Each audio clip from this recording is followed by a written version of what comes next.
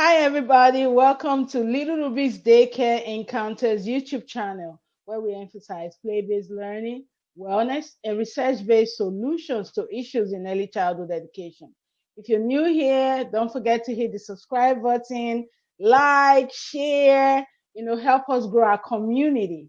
This is another episode of WAGE, and WAGE stands for World Advocacy for Growth in Education. With Wage, we're dedicated to interviewing educators from all over the world. We've already seen Russian educators, Switzerland, Saudi Arabia, not Saudi Arabia, Dubai, and Brazil. So today, I'm privileged to have somebody from China and what works for them, what doesn't work for them, and how we can use or learn from their programs to improve our program wherever we are in the world. So today we're privileged to have Flora Wei, and I'm gonna find out how that is said when I talk to her. She was born and raised in Beijing, and Flora is an English teacher, and she has worked in both public and private schools for 5 years. She has a master's degree in educational management, and that's from the United Kingdom. And as soon as Flora got back from the UK after getting her master's, she worked shortly with an international school. She's now currently employed by an innovative school in Beijing. So I'm gonna bring Flora in so we can meet her. Hi, Hi, how are hi, you? hi, I'm great. How are you? I'm good. How do you say your last name, Flora? Oh, that's R-A-N-R in Chinese. We sound Ran, Ran. Ran. Okay. Yes, Ran. Yes. So did WEI, how do you say that? We Wait, we wait, wait wait, Wei Ran. Ran. Yeah, Okay. yeah, Yeah. So yeah. I so know it's hard to pronounce. yeah, not really. I wasn't sure. I wasn't sure if it was way or way. So it Wait. is, yeah. Okay. Mm-hmm. So can you tell us where you are currently? I'm currently in Beijing. I was born and raised in Beijing, Hmm, China. Mhm. that's amazing. So how's the weather like? Winter, very cold, but it is not the coldest yet. Wow. Do Mhm. you have snow? Yes, yes. Hmm, In winter, you do have snow. Mhm. wow. Okay. So can you tell us how did it begin with you in education? Well, when I was in the college, I found a passion for education, and I love kids so much. So when I graduated from college, I became a teacher. But my teaching license, I got my teaching license after graduation. So which Hmm, means my first major is English only, but not in English teaching. hmm. So I graduated and I work in a public primary school. So over the years, like 6 years of teaching experience till now. Mhm. Wow, that's amazing. So, what is your biggest motivation for being an educator? Well, I have to say that my biggest motivation is that I don't think I received the best education as Hmm, I want to. right. Yes, when I was in the primary schools, our school is a traditional school. So and at that time, like 20 years ago, Chinese traditional education is not so good, and Hmm, teachers tend to let students get better grades instead of focusing on the critical thinking skills or hmm, other kinds of abilities of students. yeah. So yes, when I become a teacher, I would like to like my kids, I mean my students, to learn more and have more critical thinking and global mindedness. So Hmm. that's why I choose To be education a sector teacher. to work That's good. for. Yes. When you're an educator because you want to make learning better, it's Yes. amazing. It's amazing. So can you give us like a summary of what you currently do for work? You mean my current job, right? Yeah. Yes, you're Okay. doing good. Yeah, thank you. So I'm working for an innovative primary school in China, which is a very special school because we have a special curricula that is hard to describe because it's so complicated. I have to say that it combines the Chinese traditional curriculum with the Western curriculum. Once we combine them together, we believe that we can have a more Chinese-based international education. So I'm teaching English, but we have level classes. I'm now teaching the lower level classes, which means most of my kids have they are non-native speakers, and also for my English program, we mostly use the common core standard, but also we include some other foundational resources too. Yes, that's Wow, what I currently do. that's what Yeah. you currently do. So what age groups? Age groups, we have K to 9, but now I'm teaching G4 and G5. Okay. So can you, I mean, now that brings us to the next big thing. Can Mm-hmm. you describe China's current educational system? Well, I have to say that is a big issue, so I can say what I already know. Okay. Okay. So it has three types of schools in China. The first one is public school. I think you have public school, right? Right, we Which is do. funded, yes, which is funded by the government, and the students follow a traditional Chinese curriculum.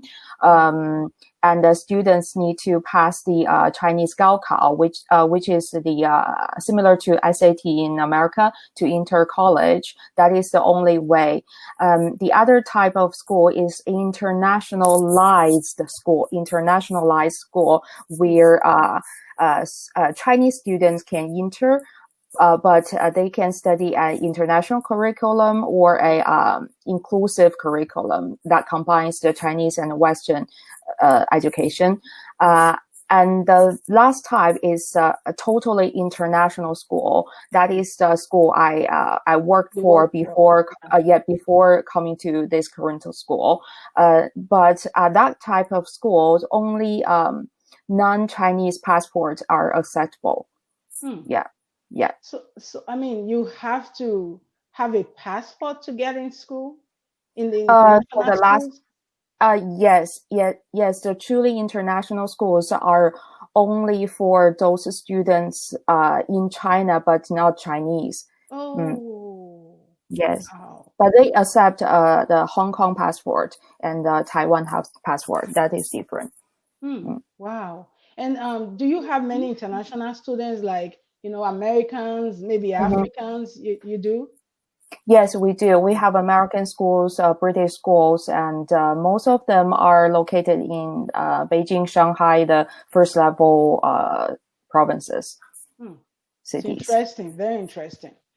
Okay, so this is another big question. Is COVID-19 pandemic is all over the world, Mhm. is impacting various aspects of education. In whatever country you are, this is ravaging people, Mhm. ravaging Yeah. communities. Yes. So in the United States, for instance, because of COVID-19, because we know the main mode of transmission is one-on-one, face-to-face, Mhm. interaction. So here they kind of shifted learning to virtual learning. I mean, we had virtual learning before, we had face-to-face learning, but Mhm. now education is now more based on virtual learning, just to avoid the one-on-one interaction, between people, to help with the spread of the disease. So what how did COVID-19 impact China's educational system? Um, Currently, everything's back to normal, so there is a little impact on the education in this Mm, semester. But last semester, as you all know, that we are suffering from this pandemic too. So yeah.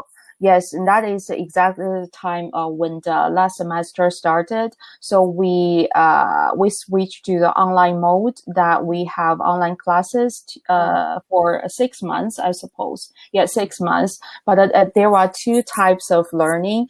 For the public schools, school will upload some videos for the students to watch. Oh, wow. Yes. But in the private school, because the tuition fee is very high and parents need more quality education in the private schools, so we offer the online learning, face-to-face teaching. But at that time, I don't think that worked very well. So and also this pandemic, this event can tell us that there is no online learning can replace what teaching is like in the classroom setting. Yeah. Yes, You can't yes, compare it. Yeah. yes, yes. There's nothing like that one-on-one interaction, especially Yes, with true. younger children, when Yes, yes, especially young children. yeah. Even if some private school have a very well organized system and solve all the technical issues, and face-to-face teaching can never It's the be best. replaced. Yeah. Yes, and also when I taught online, I feel very, very exhausted because you need to correct homework online, which costs a lot of time. And yes, and students are reluctant to talk and to participate in your teaching. Yeah, Right. Especially older kids, they will just mute mute Man, themselves, listen right? to you. Yeah. Wow. So, okay. What about masks? What about social distancing? How's that look like in China? Okay. So I haven't finished yet. So this semester, everything's back to normal. So we can start to teach in the classrooms, and student can inter schools now, but parents are not allowed. So which means we don't, which means we don't have parents open days for this semester. But students, according to the government's law, the government policy that students and teachers need to wear masks in the classrooms. Yes, and also for the PE classes and recess, only 1 or 2 classes can be on the playground at the same time. So so the teaching period all changed as well. So how young do the children have to wear masks? What age? Every student from Wow. primary school to middle schools, yes, except the kindergartens. Okay. Do you have early childhood like daycares and that kind of school systems in China Mhm. where you have 0 to 3-year-olds at school? Do you have that? You do? Yes, we have. Yes, we have. Yes, but kindergarten students don't have to wear masks, and some parents don't want their kids to be in Yeah. the kindergarten in the pandemic. So Yeah. We can understand that. So, yes, true. yeah. So can you tell me how are schools funded in China? Okay. So, public schools are funded by the government, of course, but for the private schools, there are, as far as I know, there are 2 types of funding. The first one is some schools are funded by a educational investment group. Okay. Yes, educational investment group, and the other type is a real estate agency. Yeah, because they are very rich and they have a lot of money and places. Yes. Once they cooperate with education agencies, they can make a lot of profits. Well, they can also ensure the quality of teaching. Yes. Okay. Mm-hmm. So, um, Oh, I what have. Yes, I forgot to mention in the last question. with Yes. the So COVID-19? yeah, COVID-19. Yes. So in China, the private and international schools are largely impacted by the pandemic because they switch to the online mode, and most parents, although we have online face-to-face teaching, some parents don't buy it, and they asked for the tuition fees refund, which man. it really had a bad impact on the private education sector. Yes. Wow. Mm. Yeah, you can imagine if their children are not going to school, they Mm-hmm. need, they need their money back. Yes, and also especially because of the pandemic, some parents want to send their kids back to the public system because they're afraid of international education. Yes. Wow. So, can you tell me about, like, what elements do you think have improved China's educational system? Elements have improved educational system. After years has passed, people, let me think. So people are richer than what they are used to, right?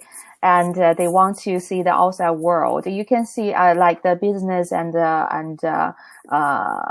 entertainment sector, and people like to traveling abroad, right? So they know more and more about international issues and international educations. So which means the richer people, especially in Beijing or Shanghai, those first class provinces or cities, people like to send their kids to have an open and as far as they see, this is better education than the Chinese traditional ones. So that's why there is a emerging of a private sector in China.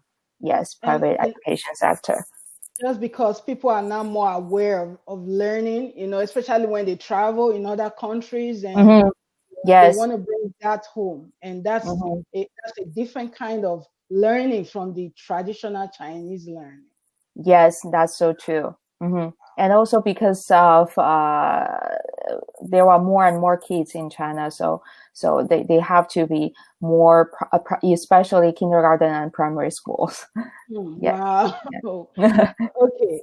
So, what about challenges? What kinds of challenges have you personally encountered as a teacher, as an educator in China, and how does that translate to other educators as well in China? From my experience, I have some challenges too. Yes, I do.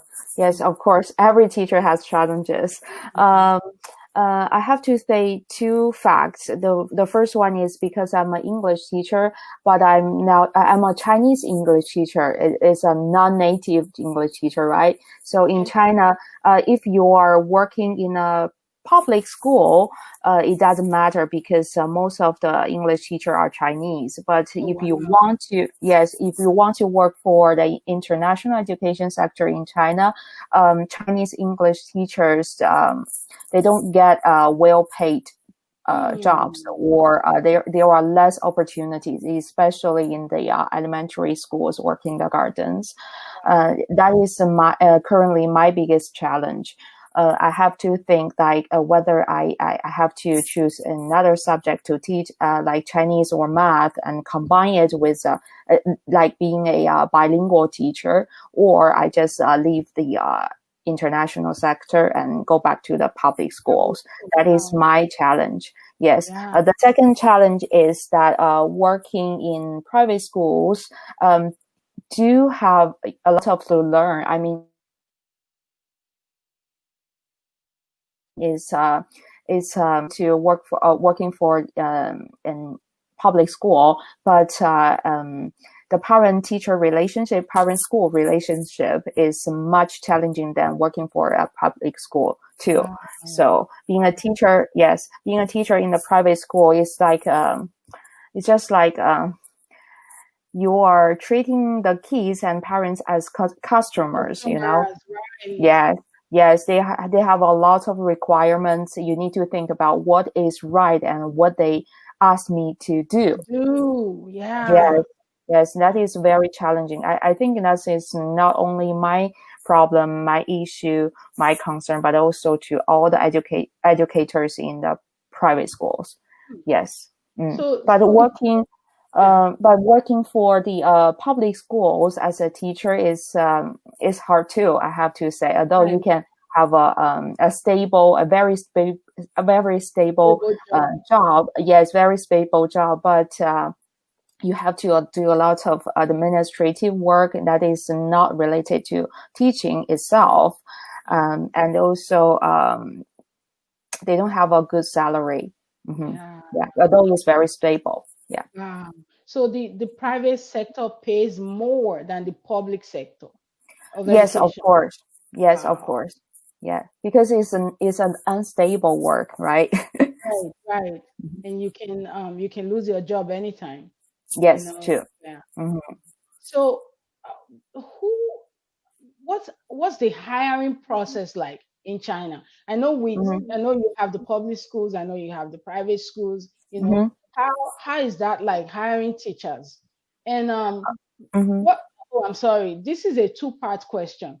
So, what hiring teachers? The process of hiring teachers, and also, do you think that China has a lot of teacher retention or low turnovers?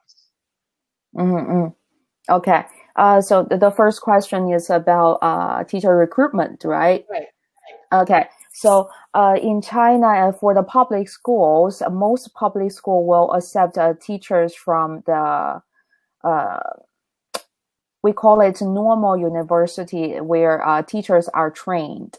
So that is different from the Western countries, that you can enter whatever school whatever college you want, and you get a teacher certificate, right? Right. Yes, but in China we have normal universities where they train teachers to get a master or doctor or how do I say that? Yeah, bachelor degree. Yes. So this is what public school usually recruit teachers from. But for the private schools, most of them are graduates or postgraduates from other Western countries. Yes, but also we do have some teachers from other working. They have other working experience as well. Yes, they're not teachers.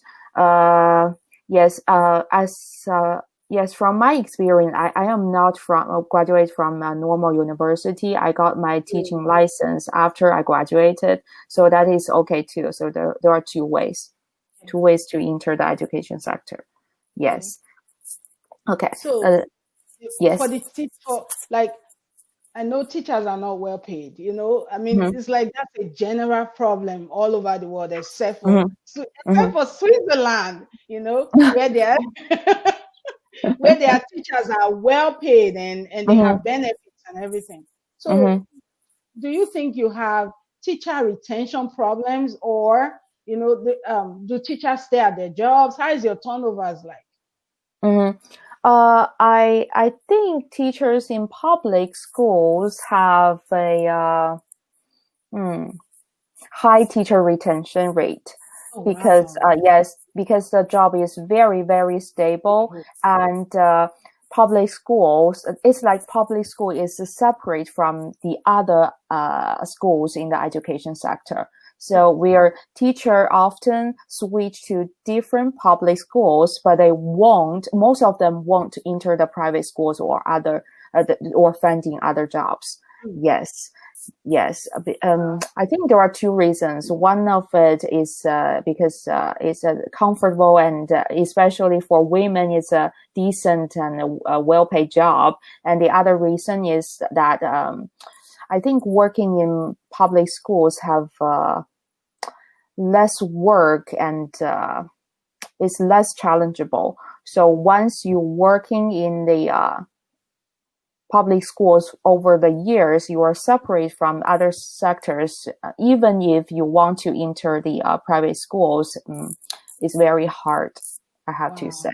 You can learn more in the private schools than in the public schools. In the public schools, wow.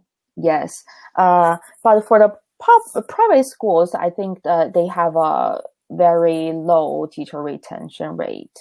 Yes. the reason are complicated because some of the reasons are because the school has many issues, management issues, and teacher want to go to another school. Maybe it will be better. And also, because some teachers are not from this city. Yes, they want to go back to their homeland. Yes. Okay. Yeah. Okay. So now we're on to the curriculum. So in the United States, we have the Common Core curriculum in about 41 states. I mean, not all over the United States, but about 41 states are using the Common Core standards of learning. You know? I mean, the original idea was for the entire United States to use those standards. But because states are kind of independent here, you get to choose and pick whatever educational system you want to use in your state. Some states don't want to go with the Common Core. So I'm wondering, how's China's curriculum like? Do you have one curriculum for the entire China, or do different provinces have different curriculi that they use? Okay. Again, every question you ask, I will describe in public and private schools because they are totally different. So for the public schools, we do have a whole nation curriculum. It's called national curriculum. So every school need to follow the curriculum and prepare for the Chinese Gaokao to enter college. But different province can have different textbooks. Oh, You know what I wow. mean? Yeah, the teaching content is almost the same, but the textbooks are different. And also, yes, true. And also in the Chinese Gaokao, like SAT, different provinces can have different texts. So yes, that is also an issue that raised this recently because some provinces, their tests are more hard than Beijing or Shanghai's. So yes, there is a problem in it. Yes, but for the private sector, I have to say that different private schools have a different curriculum. They're totally different. Some schools have, like our schools, we have a curriculum that combines Chinese and Western education together, but it's not an official one, But also, some other schools, especially international schools, they have like A-level courses and IB courses, which is very popular in the private schools in China now. Yes. So you can see that is totally different.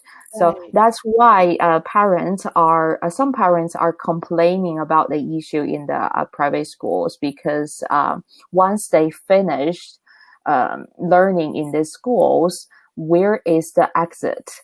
They want to know exactly, can my kids to success in the Chinese Gaokao, or can they go to the top schools, top universities in the Western countries? Right. So what do you? They have to decide. Yeah, they have to decide. So, can you tell me about STEM and STEAM in China? Science, technology, engineering, and can you tell me about it in China? Is that part of your curriculum? Like, what do you emphasize in terms of STEM and STEAM? Okay, so in public schools, I don't think they have a STEM classes or PBL courses because it's everybody know it is right to teach that way, but it's very hard to change a whole nation curriculum. You know what I mean? Yeah. So the public schools don't have that classes. They they only teach Chinese math as subject learning based. It's a subject learning based environment.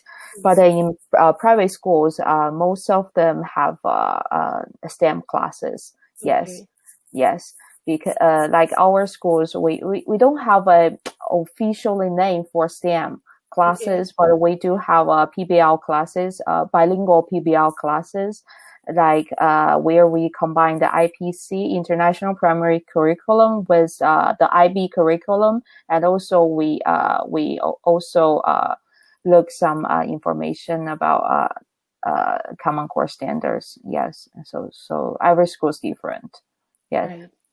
So but it's a good selling point for private schools. Yeah. What about arts? Like, do you teach in China? Do you teach arts? Like, like drawing, was sculpting, painting, art like that. Music, do you teach art in China, or is that something you out of the school where somebody has to go get an education somewhere else away from the traditional schools? Every school, both public and private schools, teach arts and music classes and science too. Yes, this is a part of the national curriculum.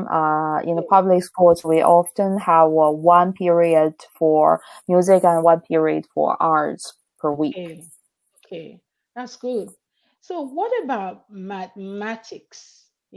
Is that I've talked to about four, I think you're the sixth country I'm talking to, and everybody says math is a core subject, and it's you have to know math if you're in school. So how is it in China? Is math a core subject?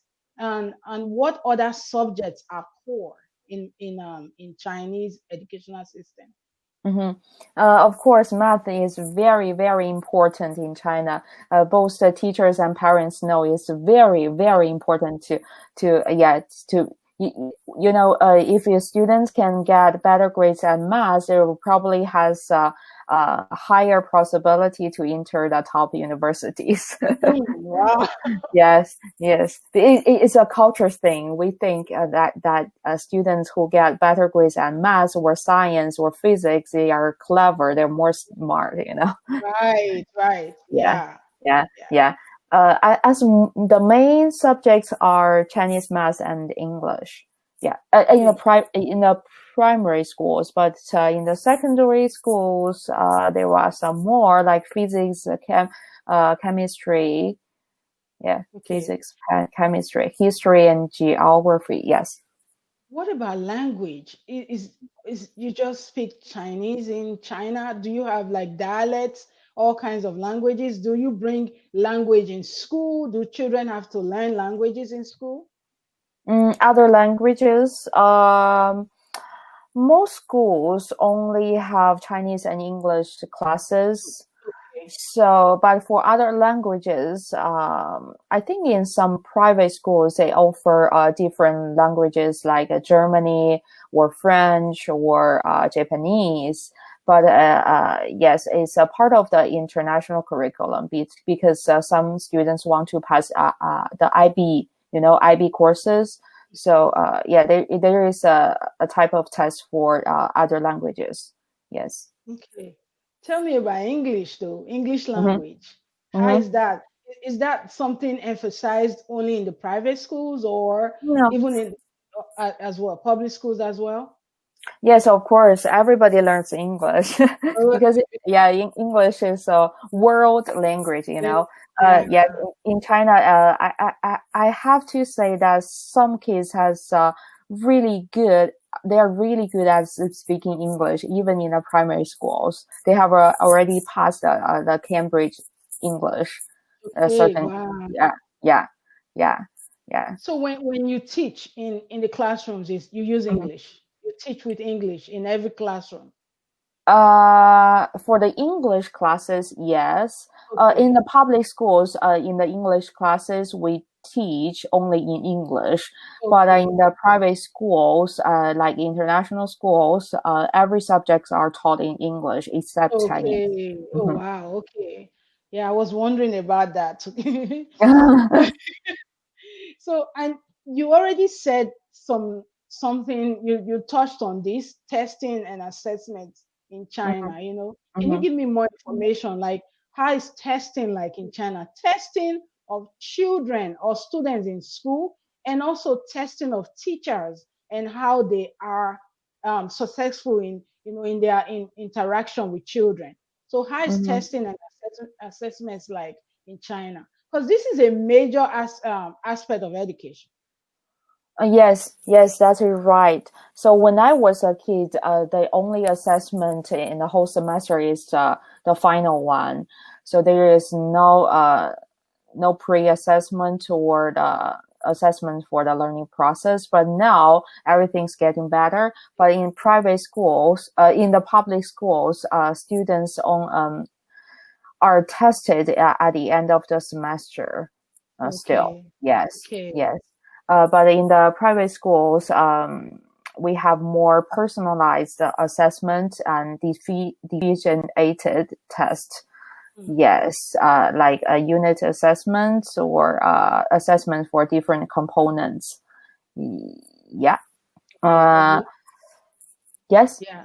You said Mm-hmm. assessments for different components of learning. Mm-hmm. So Yes. okay.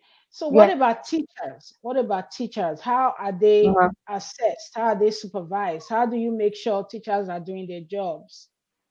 Okay. The former question I mentioned assessments for different components. That means like listening, reading, and writing. This is just for language classes, but other classes like PE, we also have assessment too.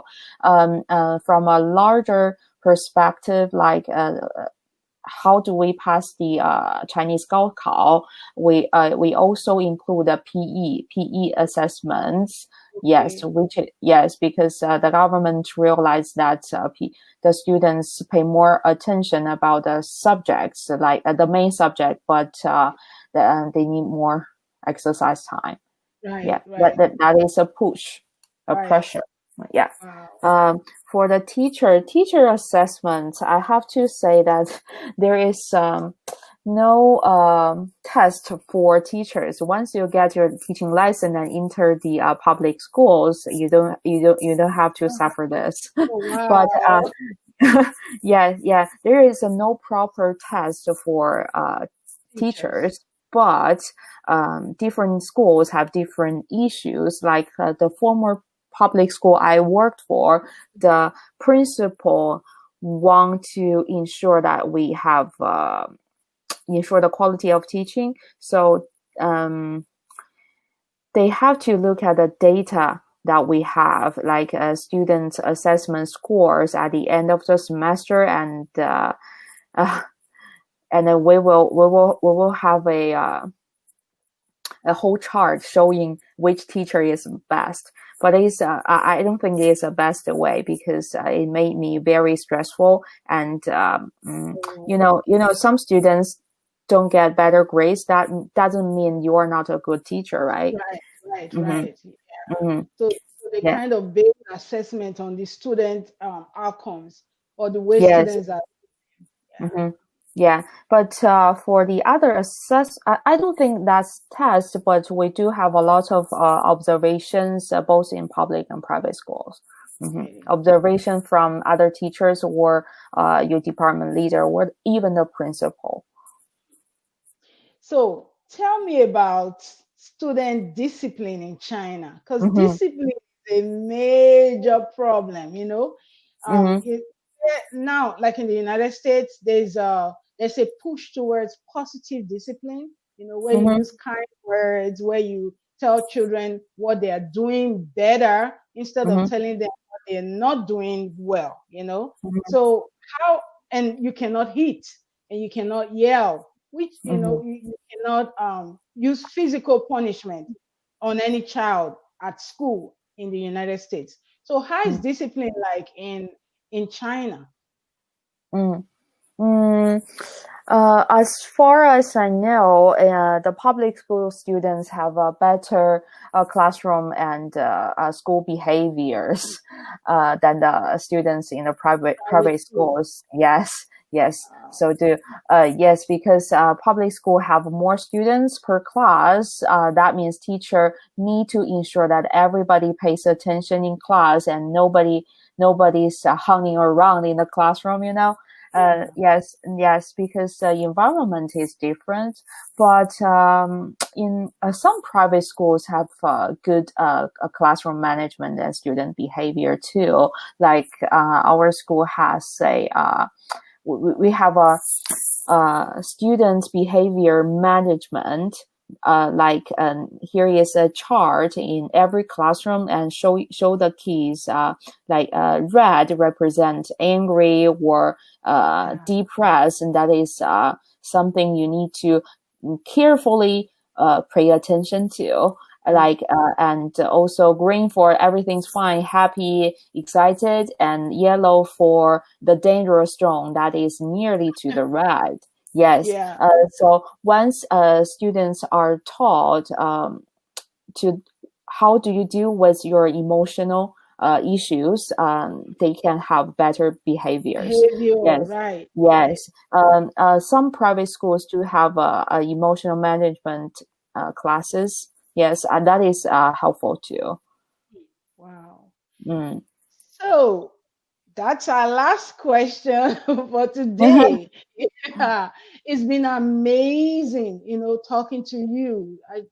I learned a lot about, and not just me. I'm sure everybody who's gonna watch this is going to learn a lot about education in China. And I'm so glad you did this. I'm I'm very very thankful and grateful you did this. And Yeah, we'll me too. definitely keep in touch. Mm-hmm. Definitely. Yes, me too. Yeah.